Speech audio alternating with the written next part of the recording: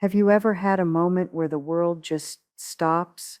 Not in a beautiful cinematic way, but in a gut-wrenching, air-sucking vacuum of shock. For me, that moment came on a Tuesday in a room that smelled of antiseptic and oversteamed broccoli. My name is Claudia. I'm 68 years old, and this is the story of how my son tried to steal my past and how my great-grandmother reached across a century to make sure he paid for it with his future. Before we get to the part where my son's multi-million-dollar world came crashing down around him, do me a small favor and hit that like button, and be sure to subscribe so you don't miss stories like this one. Trust me, you're going to want to see how this ends. It all started with a fall, a stupid, clumsy accident involving a loose rug and a basket of laundry. The result was a fractured hip and a one-way ticket to a place called Meadowlark Rehabilitation Center. It was clean, efficient, and utterly soulless. Every day was a blur of physical therapy, bland meals, and the low, constant hum of daytime television from the room next door. My son Vincent visited twice in the first week. He brought a bouquet of carnations, the cheapest flowers at the grocery store kiosk, and a folder of papers. He was all performative concern, his hand patting mine a little too firmly, his eyes darting towards his watch. He's always been a man in a hurry, a man whose ambition had long ago outpaced his compassion. He built a tech company from the ground up, a flashy, soulless enterprise that made him millions but hollowed him out in the process. He wore his success like armor, a $3,000 suit to hide the fact that there wasn't much of a person underneath it. On his second visit, he slid the folder onto my bedside table. He said, "Mom, I've taken care of some things for you, bills, accounts. I just need you to sign this power of attorney so I can manage things while you're laid up. It'll make everything easier." I was tired. The pain medication made my head feel like it was full of cotton. I trusted him. What mother doesn't want to trust her son? I'd spent my entire life making excuses for Vincent, covering his sharp edges with the soft blanket of a mother's love. My late husband Robert had always said Vincent just had a fire in his belly, that his drive was something to be proud of. After Robert passed, I made a silent promise to him that I would keep the peace, that I would always support our boy. So, with a shaky hand, I signed. It was the single greatest mistake of my life. A few weeks later, Vincent's visits stopped. His texts became shorter. When I'd call, it would go straight to voicemail. His messages were breezy and vague. He was busy with a big merger. He was traveling. He'd see me soon. I felt a familiar pang of disappointment, the one I'd been feeling for 20 years, but I pushed it down. He's a busy man, I told myself. He's important. Then one afternoon, a different kind of call came. It was from a woman named Susan, who spoke with a clipped, professional tone. She said she was calling on behalf of the new owners of 412 Sycamore Lane, my address, my home, the home my great-grandfather had built with his own two hands. She said there was some mail delivered for me, and she was just calling to see where she should forward it. The world stopped. The hum of the television next door faded. The smell of broccoli disappeared. All I could hear was the frantic pounding of my own heart. I must have said something, though. I don't remember what. She must have thought I was a confused old woman. She said, "Yes, dear. The house was sold about a month ago. A lovely young man, a Vincent Sterling, handled the sale. A very quick, all-cash offer. It's a beautiful property." I hung up the phone. My hand was trembling so hard I could barely get the receiver back in its cradle. My home. The place where I'd grown up, where I'd raised my own children, where every floorboard held a memory. The smell of my mother's baking on a Sunday morning. The scuff mark on the doorframe, where my daughter Alara had measured her height every year. The sprawling oak tree in the backyard that Robert and I had our first kiss under. All of it sold. Sold by my son, using a piece of paper I'd signed in a drug-induced haze. The betrayal was so absolute, so monumental, it felt like a physical blow. It wasn't just theft of property, it was the theft of my life. He hadn't just sold a house, he'd sold my memories, my history, my very soul, for what I could only assume was a quick and tidy profit. And in that cold, sterile room, A different kind of fire began to burn inside me. The soft blanket of a mother's love had just been set ablaze, and all that was left was the cold, hard resolve for justice. It wasn't about revenge. Not yet. It was about survival. The hours that followed that phone call were the longest of my life. I lay in that stiff, unforgiving bed and stared at the acoustic tile ceiling, each tiny perforation a black hole swallowing my hope. Every time a nurse came in, I'd force a weak smile, pretending to be the same compliant, gentle patient I had been for the past 2 months. But inside, a hurricane was raging. The grief was a physical thing, a crushing weight on my chest that made each breath a conscious, painful effort. My home was gone. The thought looped in my mind, a merciless mantra of loss. It wasn't a mansion, it wasn't a palace. To a man like Vincent, with his glass and steel penthouse overlooking the city, it was probably an embarrassment, a rambling, drafty old house on a quiet, tree-lined street. But to me it was everything. I closed my eyes and I was a little girl again, hiding in the laundry chute, listening to my parents' dinner party conversations drift up from downstairs. I could smell the familiar scent of my father's pipe tobacco and my mother's rosewater perfume. The house was alive then, filled with laughter and the clinking of glasses. It was a fortress of safety and love. Then, the memory shifted. I was a teenager, curled up on the window seat in the library, the afternoon sun warming the pages of my book. That window seat was my sanctuary. It looked out over the garden where my grandmother, Eleanor, had planted her prize-winning irises. She'd tell me stories about her grandmother, Matilda, the woman who had first tamed that plot of land. Matilda was a legend in our family, a woman of iron will and astonishing foresight who had come to this country with nothing and built a life through sheer determination. The house was her monument. It was meant to be the heart of our family, passed down through the generations, a constant in a changing world. My mind jumped forward again to a much darker memory. The day my daughter Alara left. She was 24, her face pale and set with a resolve that broke my heart. She and Vincent had had a terrible fight. It was the culmination of years of simmering resentment. Vincent, the golden boy, could do no wrong in his father's eyes. Alara, older, quieter, and infinitely more perceptive, saw right through his charm. She saw the casual cruelty, the budding narcissism. She had tried to warn us. She told me Vincent had stolen money from her college fund, a few $1,000s he'd sworn was a loan and never repaid. When she confronted him, he'd laughed it off. He told Robert that Alara was just jealous of his success, that she was making things up to get attention. And Robert, my dear, loving, tragically blind Robert, believed him. He told Alara she was being dramatic, that she needed to support her brother. I stood by and said nothing. I was a coward. I wanted peace. I wanted to believe my husband, to believe in the son he adored. My silence was a betrayal Alara could not forgive. She packed a bag and said, I can't live in a house where truth doesn't matter. I haven't seen her in 10 years. Vincent made sure of that, intercepting letters, telling me she wanted no contact, feeding me a slow drip of poison that kept the wound from ever healing. Now, lying in that rehab bed, the full weight of my cowardice came crashing down on me. I had sacrificed my daughter on the altar of a false peace.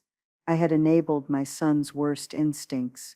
And this was the result. He had finally taken the one thing I had left, the one thing that connected me to my parents, my grandparents, to the memory of Alara as a happy child. The grief began to curdle, solidifying into something hard and cold. Anger, a deep glacial rage that started in my bones and spread outwards. I finally picked up the phone and dialed Vincent's number. He answered on the second ring, his voice slick with false bonhomie. Hey Mom, how are you feeling today? I was thinking of you. The lie was so blatant, so effortless, it took my breath away. You sold my house, Vincent. My voice was flat, devoid of the hysteria I felt. There was a beat of silence. Oh, that. He actually chuckled. It was a dry, dismissive sound. Mom, you need to understand. I did you a favor. That place was a money pit. The property taxes alone were astronomical. It was falling apart. It was an anchor around your neck. I got a great price for it, all cash. I've invested it for you. You'll be set for life. You'll never have to worry about a thing. You don't understand, I whispered. That was my home. It was a building, Mom. Bricks and mortar. You're being sentimental. This is better, cleaner. You can get a nice condo somewhere. No stairs, no yard to worry about. It's the smart move. What about the curse? The words slipped out before I could stop them. It was a silly old family story. Great-grandmother Matilda was rumored to have put a curse on the deed, something to protect it from ever leaving the family. Vincent had always laughed at it. He did so now. Oh, for God's sake, are you serious? The curse? Mom, you're not thinking clearly. Maybe the fall affected you more than we thought. That's exactly why I needed the power of attorney, to protect you from these kinds of fantasies. His condescension was a slap in the face. He wasn't just dismissing my feelings, he was questioning my sanity. He was using my age and my injury against me, painting me as a confused old woman lost in foolish fairy tales. He thought he was so much smarter than me, so much more sophisticated. He saw the house as an asset on a spreadsheet. He saw me as a liability to be managed. That was his mistake. He mistook my patience for permission. He mistook my love for weakness. In that moment, something inside me shifted permanently. The soft, grieving mother died, and a cold, calculating strategist was born. He was still talking, droning on about portfolios and market rates, but I wasn't listening. I was thinking about great-grandmother Matilda. I was thinking about her iron will. I was thinking about Alara, and the 10 years he had stolen from us. I was thinking about the look on my husband's face when he'd talk about Vincent's bright future. I had kept my promise to Robert. I had supported our son, and our son had set fire to our entire legacy. The promise was broken. My obligations were null and void. I have to go, Vincent, I said, my voice eerily calm. Okay, Mom, get some rest. We'll talk soon. He hung up, no doubt feeling pleased with himself, confident that he had handled the situation perfectly. He had no idea what he had just unleashed. The hurricane inside me had finally found its eye. The path forward was no longer about grief or survival. It was about justice, a slow, methodical, and devastating justice. He thought he was getting away with property theft. What he didn't know was that he hadn't just sold a house. He had activated a time bomb that had been ticking silently for over 100 years, and I was about to be the one to press the detonator. My first call was not to another family member. There was no one to call. My siblings were long gone, and my cousins were all in Vincent's orbit, dazzled by his money and success. They would have told me I was being ungrateful, that Vincent knew best. No, my first call had to be strategic. It had to be to someone who understood that the oldest loyalties are not always written in blood, but sometimes in ink. I remembered Mr. Abernathy, my father's lawyer, a kind, stooped man who had passed away years ago. But I also remembered him speaking fondly of his junior partner, a young man who was, in his words, as sharp as a bag of tacks. That young man was now Arthur Sterling, a senior partner at the same firm, with a reputation for being meticulous, discreet, and utterly unflappable. Finding his number took some effort. I had to convince a skeptical nurse to let me use her tablet for researching new living arrangements, a lie that tasted like ash in my mouth. I found the firm's website and scribbled the number on a napkin. I waited until 3 in the morning, when the halls of Meadowlark were silent, save for the soft squeak of a nurse's shoes far down the corridor. I used the communal phone in the deserted lounge, my heart hammering against my ribs. I felt like a spy in my own life. When his voicemail picked up, I left a message, my voice low and urgent.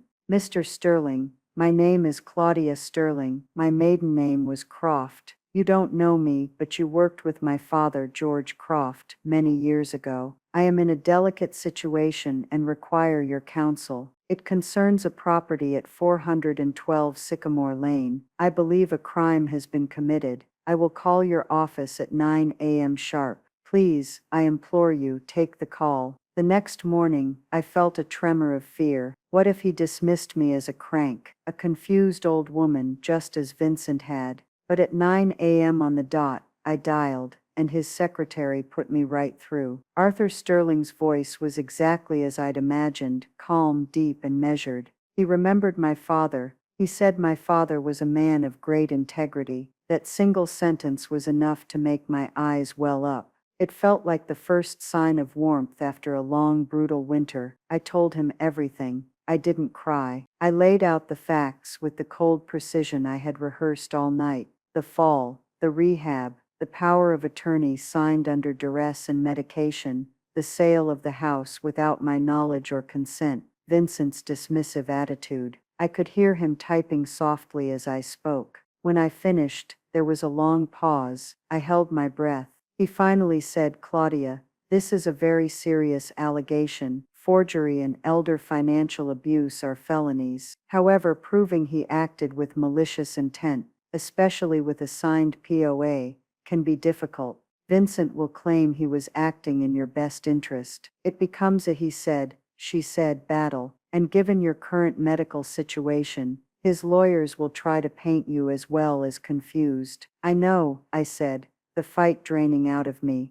That's what he's counting on. But then I remembered. It was a fragment of a memory, a story my grandmother used to tell me when I was a child, about her own grandmother, Matilda. It was the story of the curse. It wasn't about ghosts or goblins. Grandma Eleanor had always called it Matilda's lockbox. She said Matilda didn't trust the men in the family line to have good sense. She loved her husband, but she knew his brother was a gambler, and she worried about the future. She believed the strength of the family came from its women, so she did something. She had a special clause added to the deed of the house, something to protect it. It was a family legend, a fairy tale I'd forgotten until Vincent's cruel laughter brought it back to the surface. Mr. Sterling, I said, my voice stronger now. There's something else. A family story.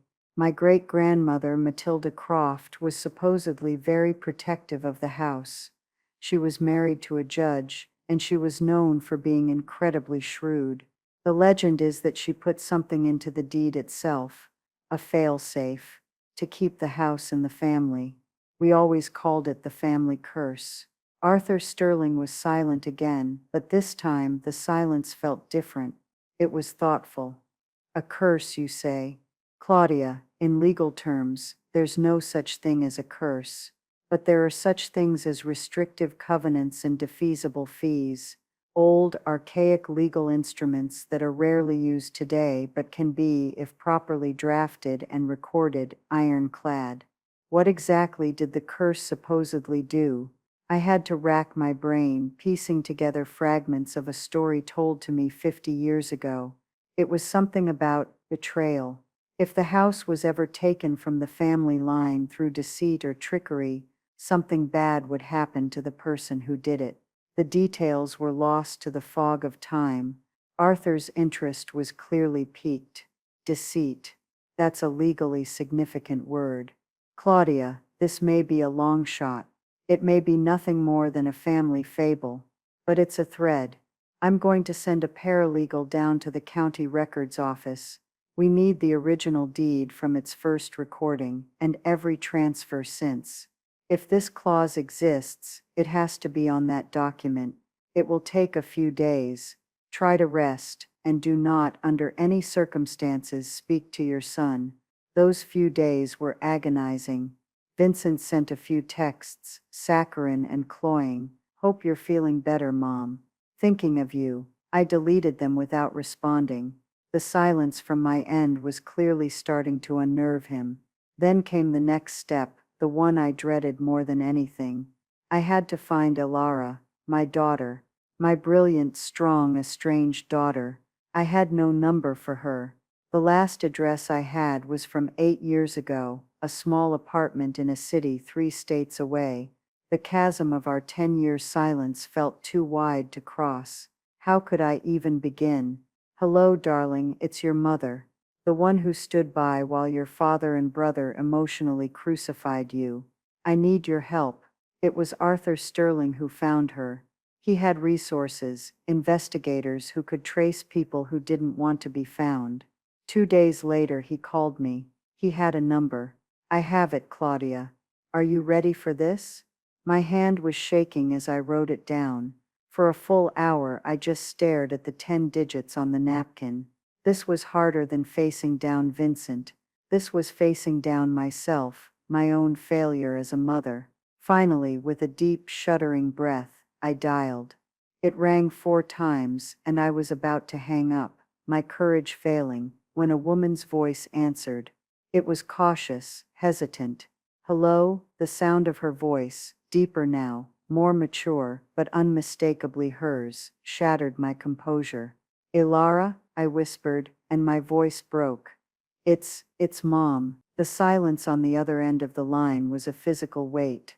I could feel her shock, her anger, her hurt, all radiating through the phone.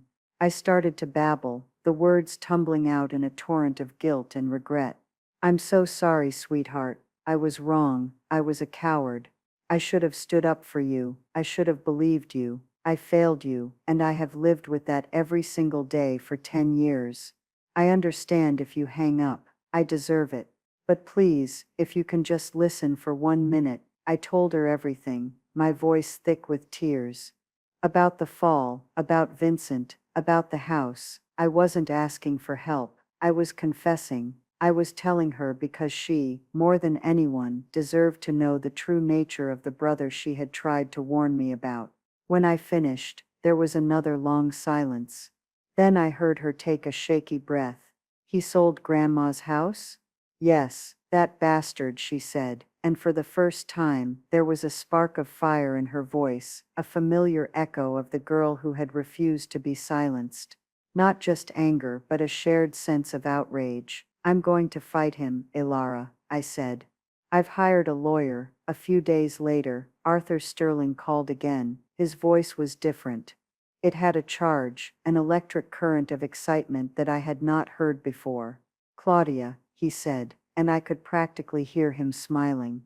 Your great-grandmother was not a woman to be trifled with. What did you find? He took a deep breath. It's not a curse, Claudia. It's a work of legal genius. It's a reversionary clause, tied to a fee-simple determinable estate with a condition subsequent. It's a masterpiece. It states, and I'm paraphrasing from the old legalese here, that the property at 412 Sycamore Lane shall remain in the possession of the direct descendants of Matilda Croft in perpetuity. Should the property ever be transferred out of the family line as a result of provable deceit, fraud, or duress inflicted upon a rightful heir, then on the date of that fraudulent transfer, the perpetrator of the fraud forfeits all claim, not to the house, but to their own personal and business assets.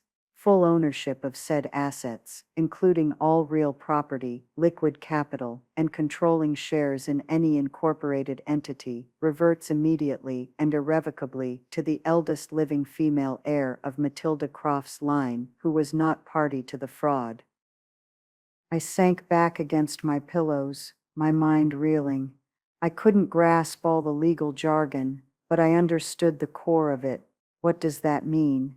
It means, Claudia, that your great-grandmother built a guillotine into your family's legal DNA. It means that when Vincent forged your name and sold that house, he triggered a 100-year-old trap. He didn't lose the house. He lost everything else. His company. His penthouse, his sports car, every dollar in his bank account. But who? Who does it go to? Arthur paused for dramatic effect. The eldest living female heir, Claudia. That's not you. You're the matriarch, but you have a daughter. It's Ilara. According to this deed, which my team has authenticated and confirmed, is legally binding in this state due to its age and the precedent of historical property laws, Your son's entire multi-million-dollar empire now belongs to the daughter he hasn't spoken to in a decade. A wild, hysterical laugh bubbled up inside me. It was the sound of a dam breaking, Matilda's lockbox. It wasn't a curse on the house, it was a curse on greed itself. My great-grandmother hadn't just been shrewd, she had been a prophet. She had looked down the corridors of time and seen the potential for a man like Vincent, and she had forged a weapon for a woman like Alara to wield. I called Alara back immediately. I explained the clause, my voice trembling with a mixture of shock and vindication. She was silent for a long time. Then she said something that told me the old Alara, my Alara, was still in there. So let me get this straight, she said, her voice laced with a dark, ironic humor. Because he stole our family's past, I now own his entire future. Yes, I said. That's exactly it. Well, she said, a slow smile spreading through her words. I guess it's time for a family reunion.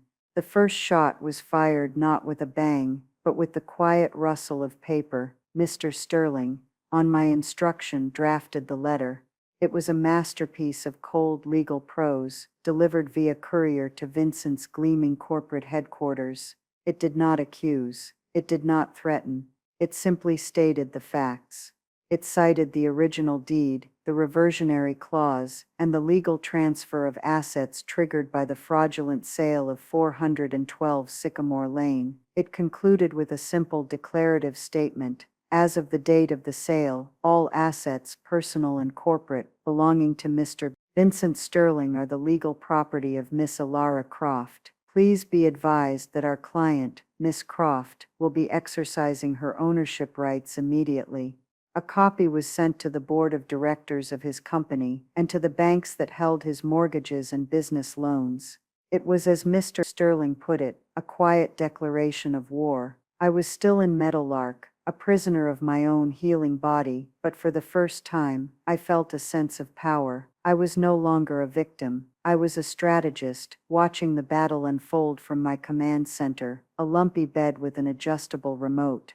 The first sign of impact came about 3 hours after the letter was delivered. My phone, which had been silent for days, lit up with Vincent's name. I let it go to voicemail. A minute later, it rang again. I ignored it, and again. On the fourth try, he left a message. His voice, usually so smooth and confident, was tight, strained. Mom, call me. I just got a ridiculous letter from some lawyer. It's a joke, obviously, but it needs to be cleared up. Call me as soon as you get this. There was an edge of something I hadn't heard in his voice in years, uncertainty. An hour later, another voicemail. This time, the calm veneer was gone. What the hell is this, Mom? What are you playing at? Some garbage about a 100-year-old deed? Are you and Alara in on this together? Is this some kind of shakedown? You need to call this clown off right now. This is slander. It's libel. I'm going to sue him into the ground, and you too if I have to. His voice was rising, cracking with a panic he was desperately trying to conceal. I saved the message. It was the beautiful sound of a rat beginning to understand the trap. The real chaos, however, was unfolding in Vincent's world, and Alara was my source of intelligence. She had, at Mr. Sterling's advice, set up a new email address and a dedicated phone line. The first emails began to trickle in from the members of his company's board. They were confused, wanting clarification on the unusual legal correspondence they had received. By late afternoon, the trickle had become a flood. The company's general counsel had called an emergency board meeting. The bank that held the mortgage on his penthouse had frozen his line of credit pending a review. The dealership where he'd bought his brand new cherry red sports car had been notified of a change in ownership. Alara called me that evening, her voice a strange cocktail of shock, grim satisfaction, and anxiety. They're taking it seriously, Mom. The board, the banks. Mr. Sterling said the clause is so bizarre, so archaic, that nobody wants to risk ignoring it. Their legal teams are scrambling. They've never seen anything like it. Vincent is apparently losing his mind. He's been storming through the office, yelling at people, telling them it's a fraudulent claim. but the letter was so precise, so legally dense, that it has them all spooked. Good, I said, a feeling of icy calm settling over me. Let him panic. Panic is the enemy of strategy. The voicemails from Vincent continued, each one more unhinged than the last. The threats of lawsuits gave way to pleading. Mom, please, you don't understand. The merger, this could destroy everything I've worked for, my whole life. Just tell them it's a mistake. Tell them you were confused. I'll buy the house back. I'll give it back to you. Please, just make this stop. The offer to buy back the house was the most telling part. He wasn't offering because he felt remorse. He was offering because he was a cornered animal trying to chew its own leg off to escape a trap. He still didn't get it. It was never about the house. Not anymore. It was about the betrayal. He was offering to return the stolen goods without ever admitting the theft. 2 days after the letter, Vincent took a new tack. He tried to get to me. A delivery of a massive bouquet of orchids arrived at the rehab center, far more extravagant than the cheap carnations. The card read, "Mom, I love you. Let's not let lawyers get between us. Your loving son, Vincent." I told the nurse to put them in the common room. Later that day, he showed up unannounced. A nurse came to my room. "Your son is here to see you, Claudia. He seems quite insistent." I looked her in the eye, my voice steady. "Please inform Mr. Sterling that I am not receiving any visitors today, especially not him." The nurse looked surprised but nodded. I heard his raised voice from the hallway a few minutes later, arguing with the staff. "It's my mother. I have a right to see my mother." He was escorted out by security. The image of my millionaire son, dressed in his perfect suit, being removed from a quiet rehab facility, like a common trespasser, brought a grim smile to my face. His power, his influence, meant nothing here. He was just a name on a visitor list, and I had crossed him off. The true master stroke of this silent takeover, however, came from Alara, guided by Mr. Sterling. She didn't need to fight Vincent in court, not yet. She just had to exercise the power she'd been given. Her first official act as the new owner of Sterling Innovations was a simple one-page letter, again delivered by courier to the board of directors. It stated that as the new majority shareholder, she was calling an emergency shareholder meeting. Her second act was to issue a directive freezing all non-essential corporate spending and executive bonuses until a full audit of the company's finances could be completed. This was the move that broke him. Vincent's power was built on the perception of his success. His company was his identity. Alara wasn't just taking his money, she was taking his name, his reputation, his very throne.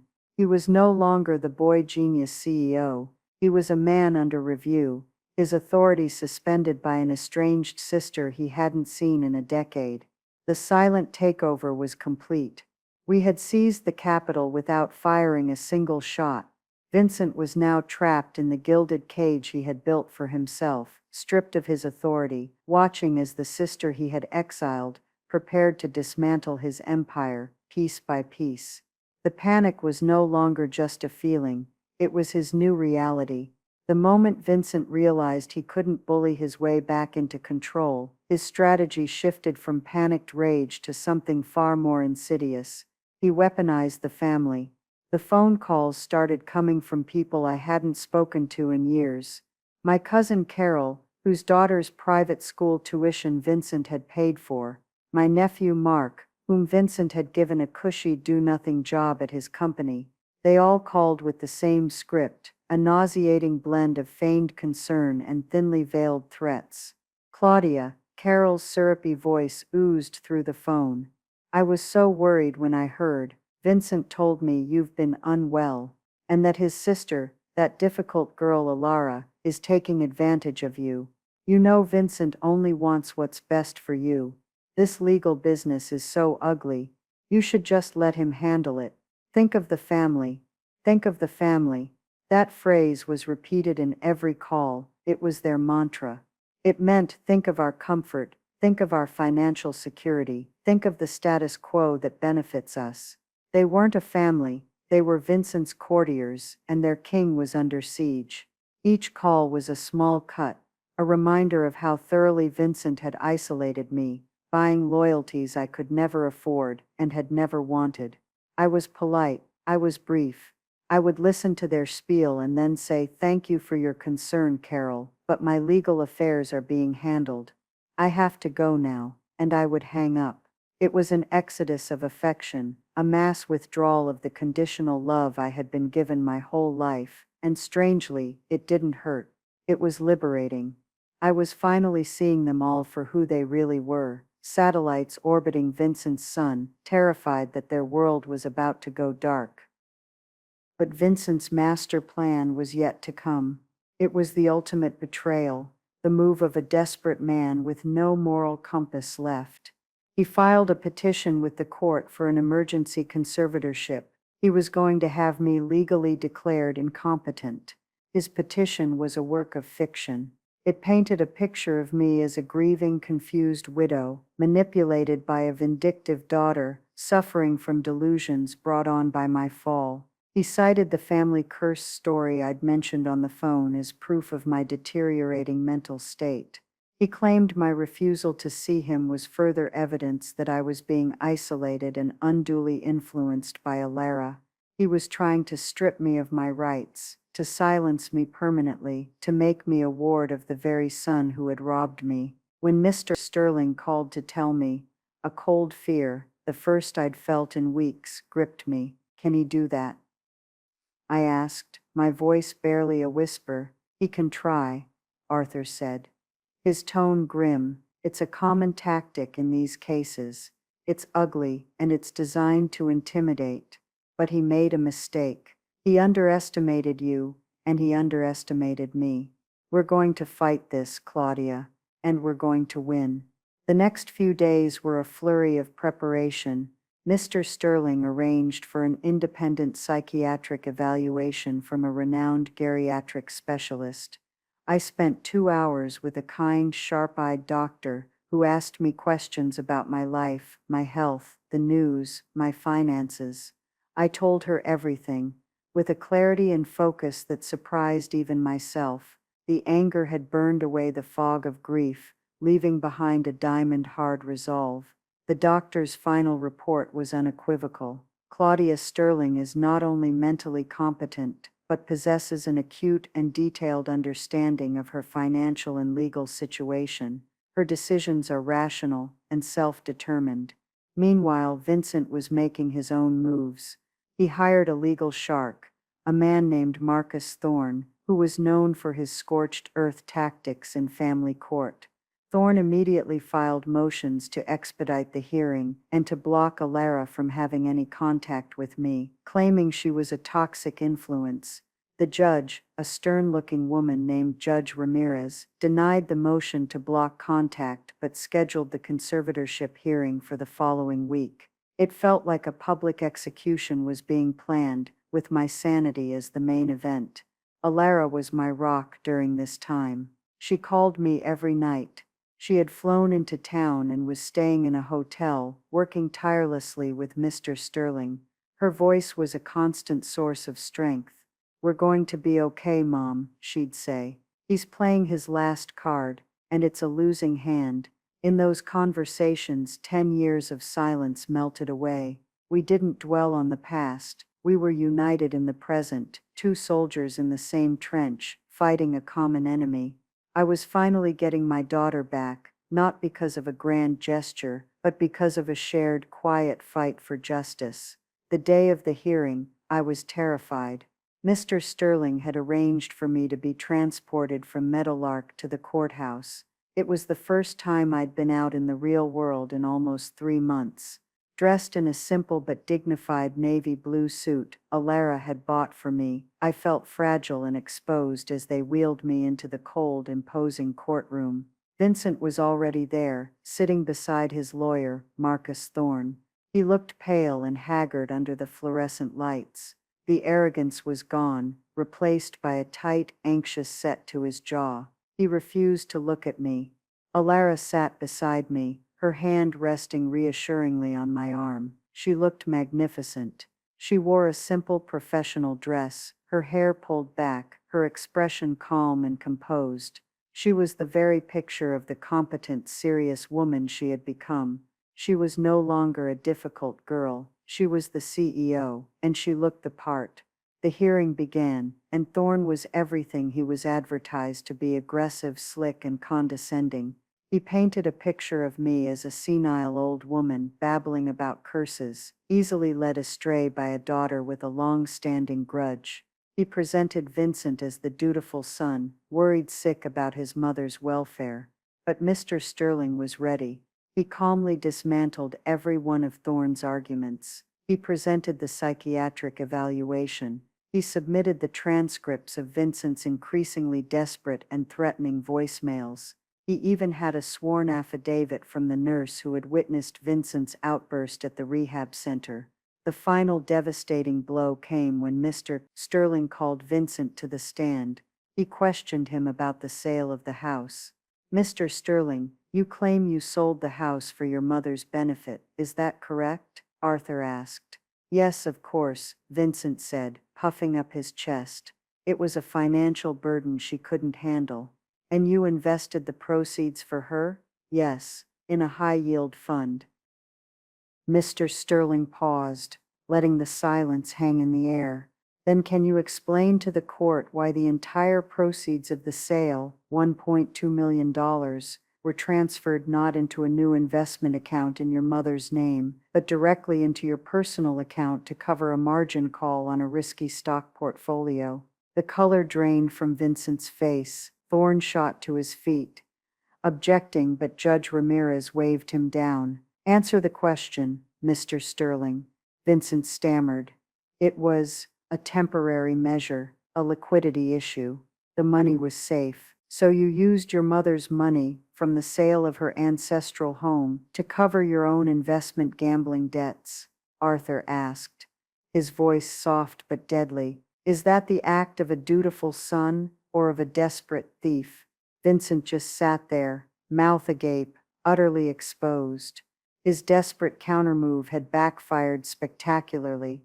He hadn't just failed to prove me incompetent, he had proven himself to be a liar and a fraud in open court. Judge Ramirez looked down from her bench, her expression one of utter disgust. "Petition for conservatorship is denied. With prejudice," she snapped, her gavel coming down with a sharp crack that echoed the breaking of Vincent's last hope. The power shift was absolute. He had tried to have me declared legally invisible. Instead, he had made himself a public fool. The final meeting was not held in a courtroom or a corporate boardroom. It was held in Mr. Sterling's office, a quiet, wood-paneled room that felt like a sanctuary of reason. It was just the five of us, me, Alara, and Mr. Sterling on one side of the long mahogany table, and Vincent and his lawyer, Marcus Thorne, on the other. The air was thick with a silence that was heavier than any argument. Vincent looked like a ghost. His expensive suit hung on him, and the dark circles under his eyes told a story of sleepless nights and abject terror. The fight was gone. The arrogance was a distant memory. All that was left was the hollowed-out shell of a man who had flown too close to the sun and had his wings melted, not by fire, but by the ink on a 100-year-old piece of paper. Mr. Sterling began, his voice calm and professional. "We are not here to negotiate. We are here to facilitate a smooth and orderly transfer of assets as legally mandated by the reversionary clause in the Croft family deed. Mr. Thorne, I trust you have advised your client that any further legal challenges would be both fruitless and extraordinarily expensive."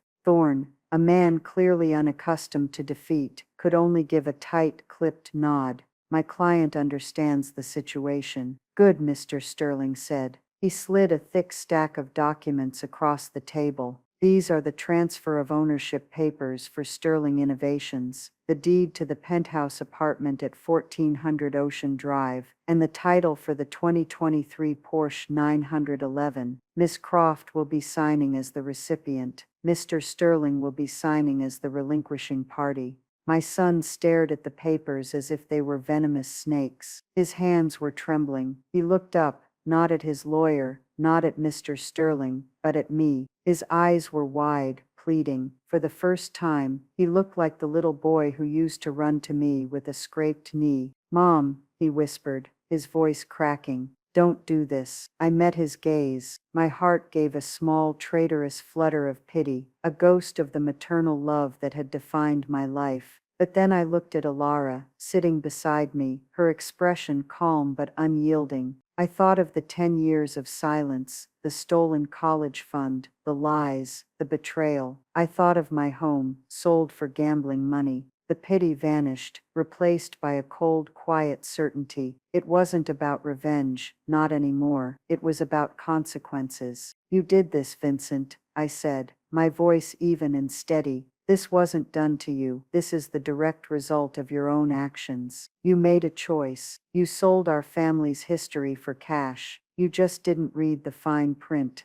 He then turned his desperate gaze to his sister. "Alara, please, you're my sister. We're family." Alara looked at him for a long moment, her expression unreadable. Then she leaned forward slightly. "You haven't called me your sister in 15 years, Vincent. You only remember we're family when you need something. For 10 years, I didn't exist to you or to Mom, because you told her I wanted nothing to do with her. You erased me, and then you tried to erase her. You don't get to talk about family, not to me." Her words hung in the air, precise and deadly as a surgeon's scalpel. There was nothing more to say. Vincent, his face ashen, picked up the gold-plated pen Mr. Sterling had provided. His hand shook so badly, he could barely sign his name. He signed away his company. He signed away his penthouse. He signed away his sports car. With each stroke of the pen, he was dismantling the life he had built, the identity he had so carefully constructed.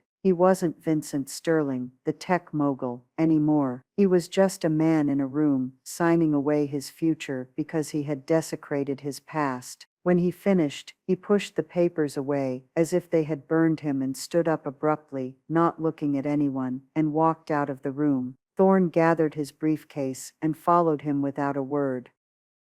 And then it was over. The silence they left behind was profound. It was the silence of victory, the silence of vindication. I looked at Alara. A single tear traced a path down her cheek, but she was smiling, a real, genuine smile. She reached across the table and took my hand. "It's done, Mom," she said softly. "We're safe now." In that moment I understood the true meaning of great-grandmother Matilda's legacy. The clause wasn't just a punishment, it was a restoration. It was designed to tear down the corrupt, and in its place, lift up the worthy. It had taken a century, but Matilda's will had been done. The family line had been purged of its poison, and the assets were now in the hands of the one person who had always embodied the family's true strength, the eldest female heir. The new reality had dawned, not just for Vincent but for us. It was a reality free of manipulation and greed. It was a reality where we could finally begin to heal. In the weeks that followed, the world settled into a new shape. I was finally discharged from Meadowlark, but I didn't move into a new condo.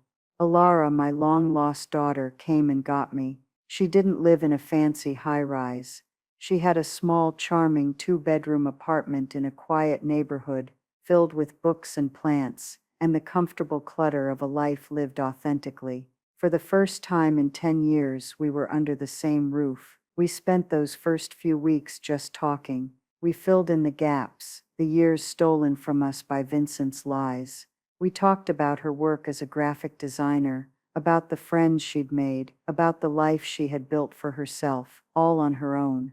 I apologized again and again for my weakness, for my silence, and she finally looked at me and said, "I know, Mom, let's just move forward." And we did. As for the spoils of war, Alara was as shrewd as her great-great-grandmother. She had no interest in living Vincent's life. The penthouse was sold within a week. The ridiculous sports car was gone the next day. The money was put into a trust, managed by the very capable Mr. Sterling. The company, Sterling Innovations, was a different matter. Alara, with her quiet confidence, went to the emergency shareholder meeting she had called. She walked into a room full of anxious, middle-aged men in suits who had been loyal to Vincent. She didn't make a speech about vision or synergy. She simply laid out the facts of Vincent's financial mismanagement, the money he'd siphoned off for his lavish lifestyle and risky investments. Then she announced she was installing an interim CEO, a respected industry veteran, to stabilize the company. Her final act as sole owner was to create a new charter for the business. A significant portion of the company's annual profits would now be directed to a new charitable foundation, the Matilda Croft Foundation, dedicated to providing pro bono legal services for victims of elder financial abuse. She had taken Vincent's monument to greed and turned it into a weapon for good. And what of Vincent? His fall was as swift as his rise had been. Stripped of his company, his home, and his cash, he was nothing. The sycophantic family members who had called me on his behalf vanished from his life. His fair-weather friends disappeared. The last I heard, he was living in a small rented room on the far side of town, trying to find work. He had called Alara once, begging for a handout. She told him, calmly and firmly, that he was an intelligent, able-bodied man, and she had every confidence he could build a new life for himself, just as she had been forced to do 10 years ago. Then she wished him well, and blocked his number. Some might call that cruel. I call it justice. He didn't get what he deserved. He got what he earned. There was one last piece of business, the ancestral home. The new owners, the ones who had inadvertently started this whole thing, were a young couple who had fallen in love with the house's character. Alara contacted them. She explained the situation, not the whole sordid story, but enough. She told them the house had been sold out from under her mother under fraudulent circumstances and held a deep sentimental value. Then she made them an offer. She offered to buy it back from them for 10% more than they had paid, and as a gesture of goodwill, she would cover all their moving expenses and legal fees. They were decent people. They understood. They agreed. A month ago, Alara and I drove up to 412 Sycamore Lane. The moving van had just pulled away. We walked up the familiar stone path. Alara had the key. She put it in the lock, the same old brass lock that had been there for a century, and opened the door. The house was empty, filled with dancing dust motes in the afternoon sun, but it was ours. It smelled like home. It felt like peace. We walked out onto the back porch, the same porch where Robert and I had shared our first kiss, and sat on the old wooden swing. As I sit here now, telling you this story, I realize that the old family curse was never about revenge. It was about balance. It was a mechanism to ensure that the legacy of our family, a legacy of strength, integrity, and resilience, could never be truly destroyed by the weakness of one person. Vincent thought he was stealing a building, but he was attacking an idea, and the idea fought back. He learned the hard way that some things are worth more than their market price, and that the strongest walls aren't made of brick and mortar, but of the love and loyalty you earn, not demand. My family is smaller now, but it's stronger. It's just me and my daughter, sitting on the porch of a house that has seen it all, finally at peace. We're starting over, together, and that is a future worth more than any multi-million-dollar company. Thank you for listening to my story. It's been a long and difficult journey, but sharing it helps. If you've ever felt overlooked or taken for granted, I hope my story gives you a little bit of strength. Please hit that subscribe button and ring the notification bell so you can join our community. And I'd love to read your thoughts in the comments below. Do you think the punishment fit the crime? Until next time, take care of yourselves and never ever let anyone make you feel small.